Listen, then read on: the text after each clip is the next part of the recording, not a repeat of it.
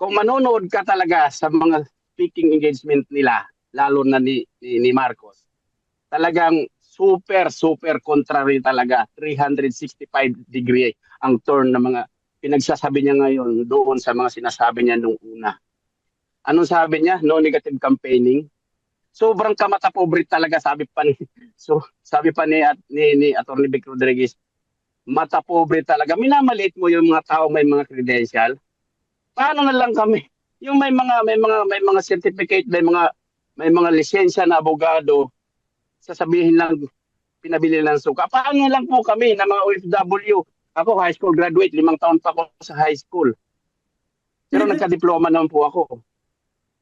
Pero ako proud ako.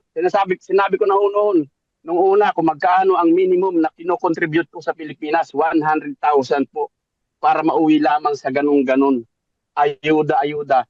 Napanood ko yung sinabi niya doon sa Davao. Si Francis Tolentino daw ang unang nagpunta tumulong sa Davao ay sa Tacloban.